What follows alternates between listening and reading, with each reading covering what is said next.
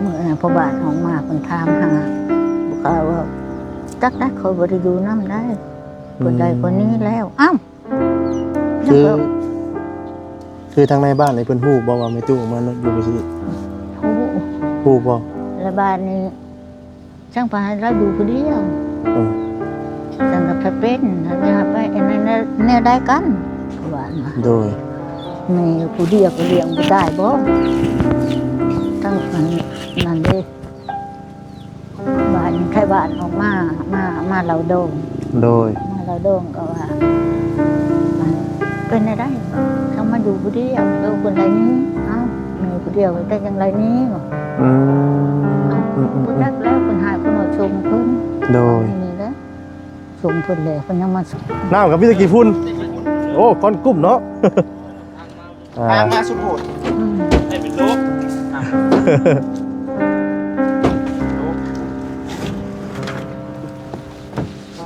ซื้อน้ำมา4 แพ็คเดี๋ยวเขาล็อกว่า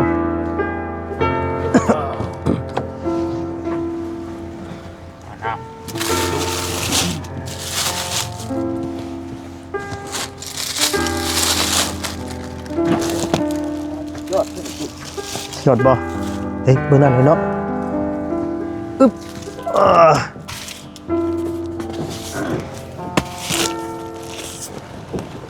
มาบ่มาปลากระป๋อง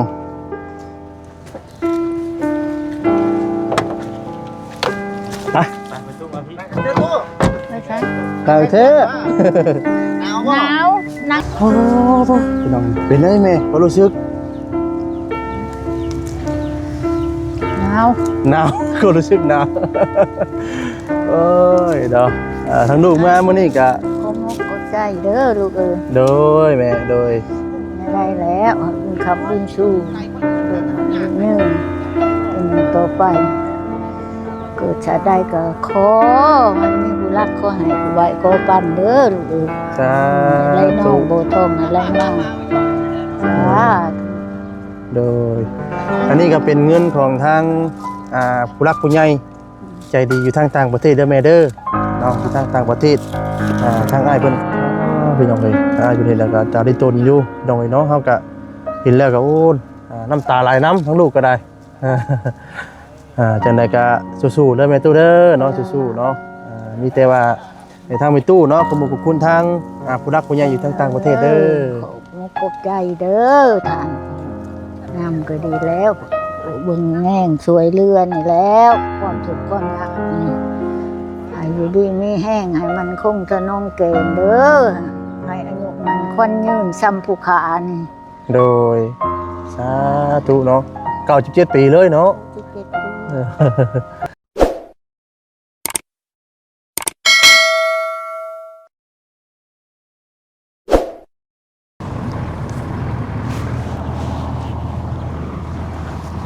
กับทักทายสบายดีเด้อเนาะสบายดีและสวัสดีพ่อแม่พี่น้อง FC เบอร์สุขูสู่คนพี่น้องเนาะมื้อนี้ก็ทั้งบัดดีเนาะได้เดินทางขึ้นมาหาแม่ตู้คูณพี่น้องเนาะแม่ตู้คูณอายุ97 ปีพี่น้องเนาะมื้อนี้ก็ได้รับหน้าที่เนาะเป็นสะพานผู้ใหญ่ทางอ้ายฮักเนาะอยู่ทางต่างประเทศพี่น้องเนาะมื้อนี้ก็ได้ซื้อไข่เนาะแล้วก็มีมาม่าแล้วก็ปลากระป๋องแล้วก็น้ำพี่น้องเนาะมาช่วยเหลือเบื้องต้นของทางแม่ตู้คูณพี่น้องเนาะจังได๋ก็ก่อนอื่นเนาะก็ขอบคุณทางอ้ายฮักอยู่ทางต่างประเทศเด้อเนาะทางอ้ายเพิ่นก็บ่ได้ประสงค์ออกนามคือเก่าพี่น้องเนาะผิดพลาดจังได๋ก็ขอโทษขออภัยนำพี่น้องเนาะมื้อนี้ก็มานำกันกับทีมงานเนาะเบิดทุกคนพี่น้องเนาะมีทางบ่าวต้าเนาะบ่าวเวียดบ่าวแสนบ่าวคำบ่าวจิตพี่น้องเนาะจังได๋ก็ฝากเป็นกำลังใจเด้อพี่น้องเด้อเนาะพี่น้องเนาะตัวพี่น้องเนาะมื้อนี้ก็บรรยากาศก็ลมห้อยพี่น้องเนาะก็มื้อนี้ก็มาบ้านเป็นหยังกันเนาะหน้าห้อยบ่พี่น้องเนาะบ้านหน้าห้อยเนาะพี่น้องเนาะจากเมืองจำพรเนาะแขวงสวรรณเขตพี่น้องเนาะมื้อนี้ก็ได้สิเข้ามาทางแม่ตู้เพิ่นพี่น้องเป็นจังได๋เนาะเรื่องราวเนาะคือได้ถูกลูกเนาะไล่ออกจากเรือนจากซ่านเนาะมาอยู่นะข้างปีไปซากนะพี่น้องเนาะ แต่ว่าเราน่ะบ่ได้อยู่เนาะครับก็คือลูกน่ะไล่หนีไปอยู่ในปราสาทพี่น้องเนาะก็คือแต่ว่าไปตู้น่ะเราหนีออกมาอยู่ดินนาพี่น้องเอ้ยเนาะจังใดก็สิเข้าไปสัมภาษณ์ถามไทยเบิ่งเนาะพี่น้องเอ้ยเนาะว่าเป็นมาจังใดพี่น้องเอ้ยเนาะก็คือทางวัดสติเองนี่ก็ยังบ่ฮู้พี่น้องเนาะว่าการไปเป็นมานี่ของทางแม่ตู้เพิ่นนี่เป็นมาจังใดพี่น้องเอ้ยเนาะ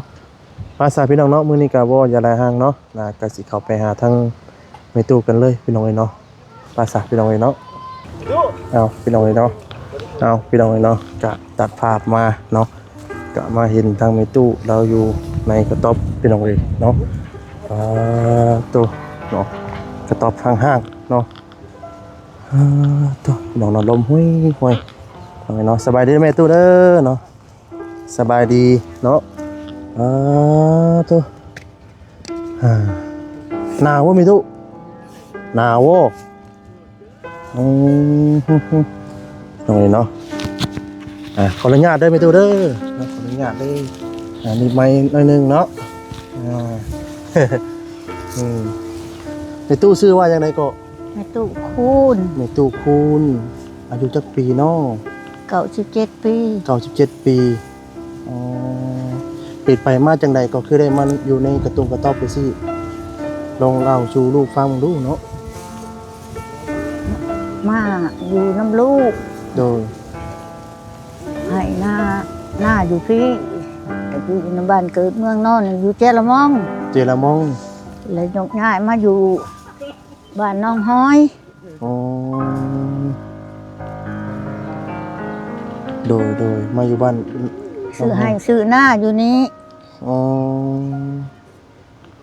อันนี้แม่นดินตอนหญ้าเฮือนชาน้ำเป็นนี่เป็นของมีตู้เองบ่ เป็นของแม่เองตัวนี้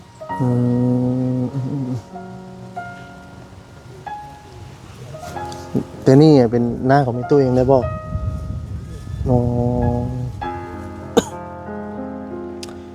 ลูกเต้าได้ใช่ไหมตู้ ลูกเต้าแม่บ่ให้ตัวนี้ลูกทิ้งแม่และแม่บ่ให้แต่ว่าตัวของลูกแม่ให้เบิดแล้วตัวนี้นั้นของแม่เองให้เลี้ยงแม่แล้วได้ก็เลี้ยงแม่แล้วบ่ได้ โดยเนาะขออนุญาตถามเนาะลูกแม่มีจักคนบ่เนาะเจ้า ลูก2 คน ลูก2 คนเพิ่นมีครอบมีครัวเพิ่นแล้วบ่ นี่ก็กลัวเบิดละ ลูกนี่มีผู้หญิงหรือผู้ชายลูก ยิ่งหนึ่งชายหนึ่ง ยิงหนึ่งชายหนึ่งลูกกกนี่เป็นผู้หญิงบ่ ยิ่ง ลูกหลานเป็นผู้ชาย พี่ชาย แต่ว่าเพิ่นก็อยู่ในบ้านนี่บ่ ลูกสาวอยู่ในบ้านนี้ลูกชายอยู่บ้านก็ให้บ้านเราล่วงนั่นดิเมืองพระรานใจ โดยแล้วเป็นมาจังไดคือได้มานอนอยู่ในกระต๊อบแบบนี้สามีตุ หน้าอยู่น้ำลูกเห็นในเห็นหน้าอยู่น้ำเพลินแล้วก็เลยเพื่อนอะไรนี่ ลูกได้มีปิดเถียงกันพ่อหรือว่านี่ใด ห้าแม่ท่ามห้าไม่สินกับเล็กตะปู ก็เลย แม่ไข่เดแล้วก็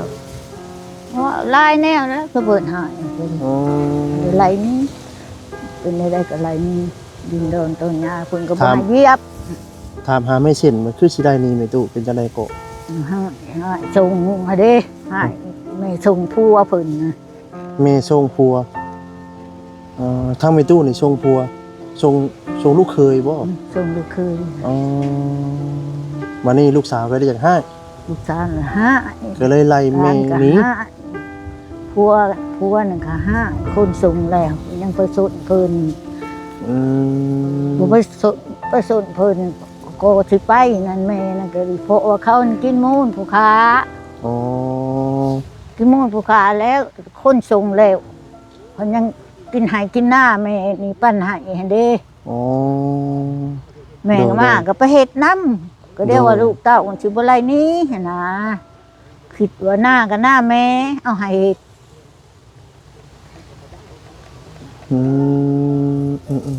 คนสุดท้ายมาเฮ็ดหน้าแหลกเลย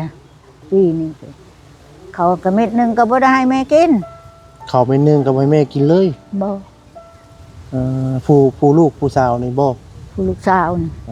วันนี้คือปัจจุบันนี้คือทั้งลูกสาวนี่กับผัวเพิ่นยังอยู่นํกันอยู่บ่ อยู่ อยู่นํกัน อยู่นำกัน อ้าวคือว่าไรเมทรงแล้วจ้ะคือสิอยู่นํกันคือเก่า อ้าวเพิ่นคือโง่คืนเอากันอีกเพิ่นเอากันก็บ่ได้แต่งได้เป็นไปนำเขาซื่อ บ่ได้แต่งไรแปลง อืม อ๋อเป็นจังได๋ก็ลูกเคยคือจังสิได้ทรงได้หยังมีตู้ ๆมีแต่นี่แต่ชีนนี่แหละเออ มีที่นี่ได้ซิน ที่นี่แถวบ้านแถวเมือง ที่นี่สามารถในเมืองก็ได้ทรงอ๋อ ส่งให้ได้แม่บ่มีเงินเสียเด้ โดย นี่ใช้ก็มีแต่ใช้นี่นะใช้ก็มีแต่ใช้นี่ อืม พอ บั ค ด น บัดคือล่าสุดนี่ปัจจุบันนี่คือทั้งแม่ตู้คูณนี่อาศัยนอนอยู่ผู้เดียว อยู่ในกระต๊อบเถียงนาบ่เถียงนาบ่ เพื่อนนะ เพื่อนบ่เพื่อนแม่ตู้บ่วัน บ้านนี้เพื่อนแล้วนะ อ๋อให้ก็เล่าไก่ลูกกี้ว่าคิดว่าขออนุญาตเด้อแม่ตู้เด้อแต่กี้ว่าเล่าไก่เด้อ ขออนุญาตพี่น้องเลยเนาะคิดว่าเป็นเหล้าไก่เนาะ แม่งเขาไกลได้เฮือน คืออันนี้เนี่ยแม่นมีตู้เองนี่เฮ็ดเองเลยบ่อ๋อเป็ดสารไผ่หญ้าแล้วก็เฮ็ดเองเลยอ๋อพี่น้องเอ้ยเนาะแต่กี้ว่าข้อไก่พี่น้องเขาไม่ข้อไก่กับข้อเบ้กินแต่พิษพี่น้องเอ้ยเนาะนี่ดินนี่ก็ดินตอนหญ้านี่แหละเป็นของมีตู้ว่าอันที่นั่งอยู่ปลูกดิน เขตนี่ของลูกชายซื้อ ลูกชายผู้ลูกหลานนะบ่ ผู้ลูกหลานนะผู้พี่บ้าน อ๋อ แม่ก็บ่ญาติบ่ซิ่งมัน อืม มันอยากได้เขามันให้มันแต่ค่าอาหารของแม่ อ๋อโดย ของแม่โดยเฉพาะนะลูก2คนบ่มีเงินเกี่ยว อืม เจ้าบ่นำไปเป็นในนี่ล่ะลูกสาวเป็นในนี่แฮงกะเต็กมาจังซี่เพราะว่าแม่ให้เบิดเลยเด้ลูก2คน ปั่นกันเบิดแล้ว ปัน บ่ ให้เบิดเลย บัดนี้ดินตัวนี้เป็นของแม่เบิดเลย แม่นของแม่ อืม แม่ว่าน่ะซะ คือเขาวหน้า แต่ว่าลูกจะให้แม่ก็ตาม อ่า แม่ยังมีน้ำใจให้ โดย แต่ว่าลูกนี่บ่เบิ่ง อืม แม่ก็บ่ได้ให้ เป็นจังไดเนาะพี่น้องเอ้ยลูกทั้งสองคนเบิ่งแม่ผู้เดียวบ่ได้เนาะบัดแม่ผู้เดียวเบิ่งลูก2คนยังได้เนาะเลี้ยงมาตั้งแต่ตีนทาปลาหอยเนาะปัจจุบันนี้จนใหญ่จนได้มีลูกมีหลานมีครอบครัวเบิดเลยเนาะพี่น้องเอ้ยนี่แหละพี่น้องเอ้ยเนาะจะบ่แม่นว่าอนุญาตยังเกาะพี่น้องจักสิว่าจังไดบ่แม่นประมาทญาติแทนคุณเนาะพ่อแม่พี่น้องเนาะคือเพิ่นสิเลี้ยงเฮามาจนใหญ่จนโตปัจจุบันนี้ก็บ่เนาะคิดแต่ว่าถือพาเนาะแม่เนาะถือพามา9เดือนบัดนี้เพื่อสิเลี้ยงสิใหญ่ขึ้นมาอีกบัดนี้ โอ้ฉันทุกข์ทรมานนะ พี่น้องเลยเห็นแล้วก็โอ้เนาะ มาเฮ็ดได้คือแบบนี้แล้วก็ แต่ว่าที่ตนทั้งเมตู้คูณอยู่พี่น้องเลยเนาะเพื่อสิเลี้ยงใหญ่เนาะทั้งผ่านร้อนผ่านทุกข์ผ่านสุขผ่านหนาวมาเนาะเพื่อสิเลี้ยงลูกว่าใหญ่อรุณมา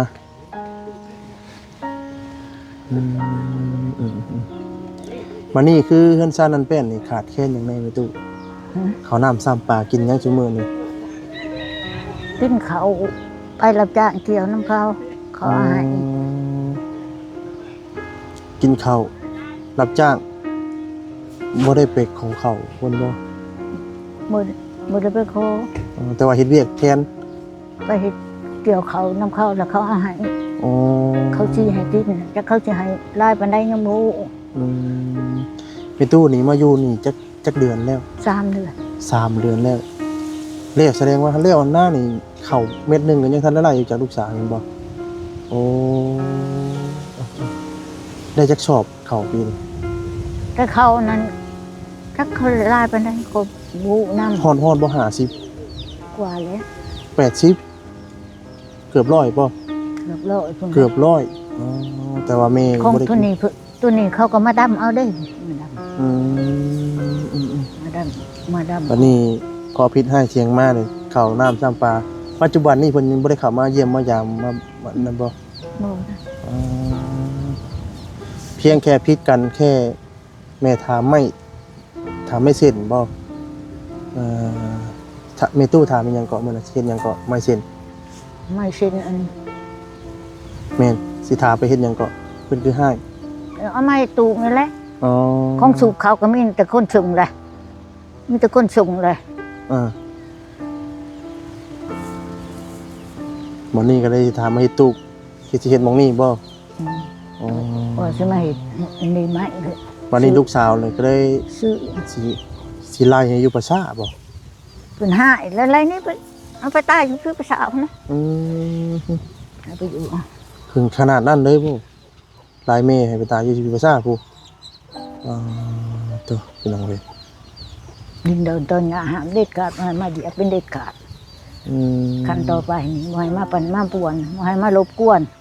เพิ่น เว้านะ คนชงแล้วเจ้าชงพวกข่อยแล้วแม่ก็จนหายโลงเฮือน ตั้งแต่ให้กันมานี่เพิ่นบ่ได้เข้ามาหาแม่ได้แม่ก็บ่ได้ไปหาเพิ่น บ่ไปได้เด้ของดินเดินบ้านเขาก็ยังบ่ให้ไปเหยียบ สมมุติว่าเนาะอันนี้คือลูกถามได้ไหมตู้เด้อสมมุติว่าลูกย่างมานี่มาขอโทษขออภัยนี่สิดีกันอยู่บ่สิให้อภัยลูกอยู่บ่ อภัยบ่ได้ ฮะ ลูกเว้าถึงกันนี่อภัยบ่ได้ ให้อภัยบ่ได้เลย บ่ได้ ถึงย่อกันหามากก็สิบ่ให้อภัยบ่ เนาะ มันรุนแรงเนาะคือจังว่าเนี่ยเป็นน้องพ่อแม่เนาะก็สิ และแม่ก็บ่อยากได้ช่างอีกนำลูก ได้กระบอกสิ่งต้องการอย่างอีกมันอิ่มเนาะว่าไงกันเนาะ บ่ต้องการหยัง มันอิ่มใน แต่ว่าผู้ค้า จิตใจ ตาย บ่ได้เนาะ ยอดไม้พดหนึงยังบ่ให้เอามาปก ถึงขนาดนั้นเลย ของคำเขาเจ้าว่าตายสิบ่วิตตีนบ่วิตมือแม่ยังนั่งคงหมกอยู่ บ่อยากเบิ่งเลยก็ย้าลูกสิไปเว้าเพียงกลางบ้านหาหยังจะไปอยู่ไสก็ไปลูกบ่ตายนี่ก็บ่วิตตีนที่มือ โดย คันสิตายแล้วสิใช้ลูกแกไปลูก โดย เว้าถึงคันนั้นเลยสิให้เขากลับคืนอีกเนาะคืนบ่ได้ คืนบ่ได้นะแม่ตู้เนาะน้อย แต่ว่าลูกบ่ทิ่มแล้วก็บ้านเมืองหักสิทิ่มเท่านั้นแหละแม่อยู่ดิจำเป็น โดยน้อยเนาะถึงว่าคันว่าแบบไล่แม่เป็นคนตกหล่นเลยตัวเป็นน้อยเนาะปัจจุบันนี้ทั้ง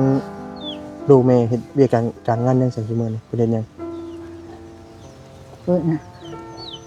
คนหัวหน้าหน่วยพุ่น อ๋อ ฮอดเป็นฮอดปกสบ่เรื่องได้แล้วก็เฮ็ดจนก็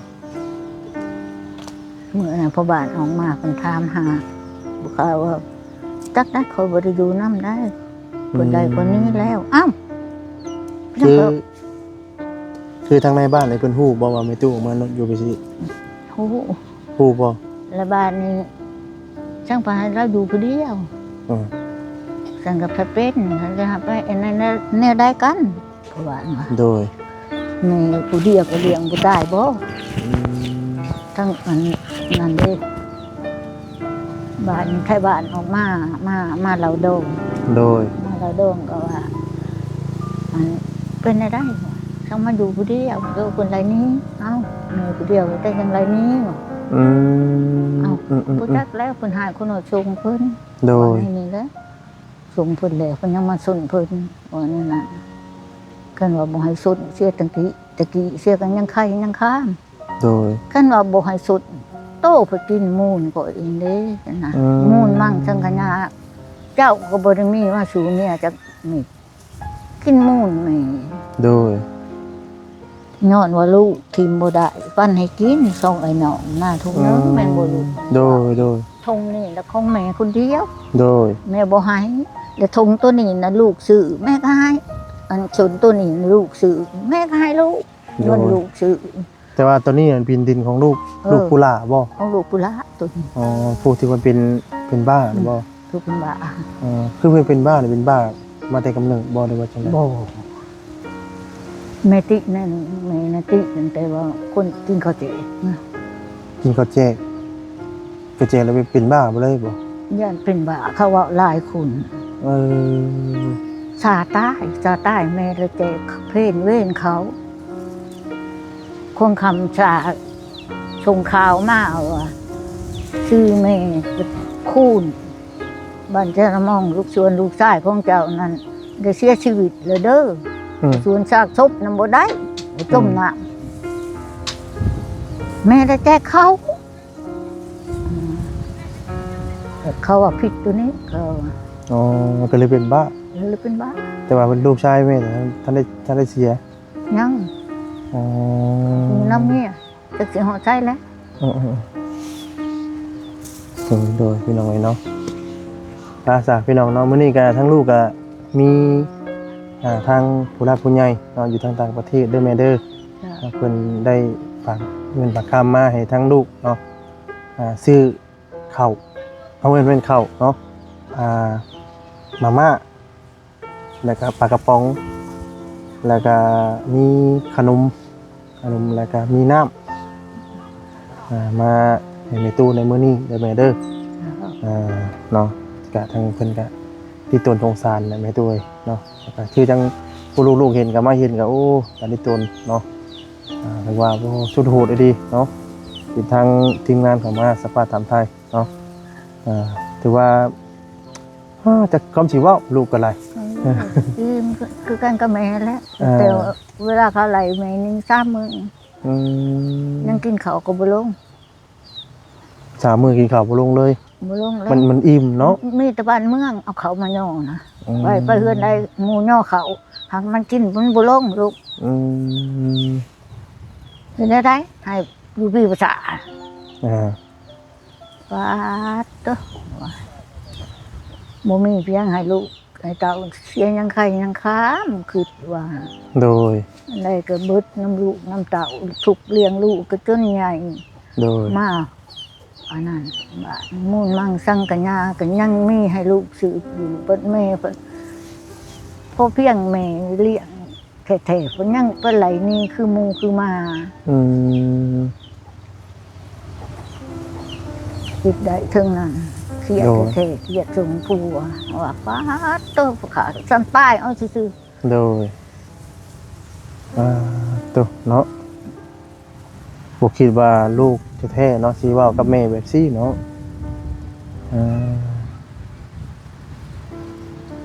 ภาษาเนาะมีตู้ปะทางลูกก็ซื้อน้ำกับอันนั้นมาไปเอาผู้ใดปะอยู่ในรถผู้ใดปะถ้าผู้เดียวทางมีตู้ว่ากันไปหารับจ้างงานตัดอ้อยบ่กินนี่น่ะ ๆบ่ตันอ้อย ปะเนาะ97 ปีพี่น้องเนาะไปเฮ็ดเวียกเฮ็ดงานได้ป๊อธรรมดาเด้อเนาะ เด้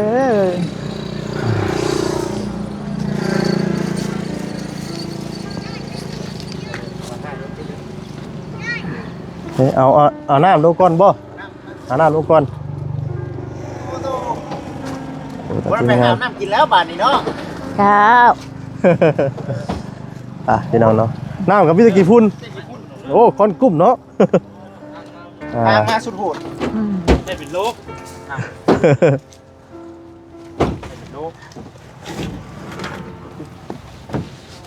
ซื้อน้ำมา4 แพ็คดูเขาล็อกว่า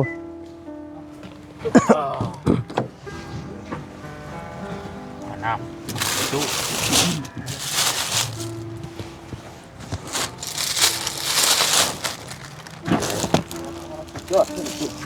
หยดบ่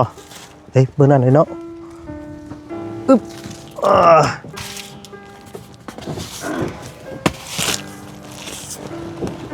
มาบ่ มาปลากระป๋อง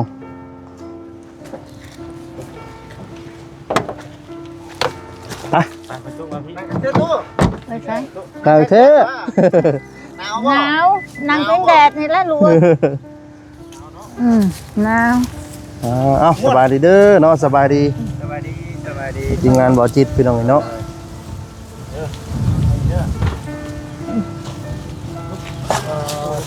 เฮ้ย ม่วนในตู้ ปึ๊บ สบายดีเด้อ สวัสดีเด้อ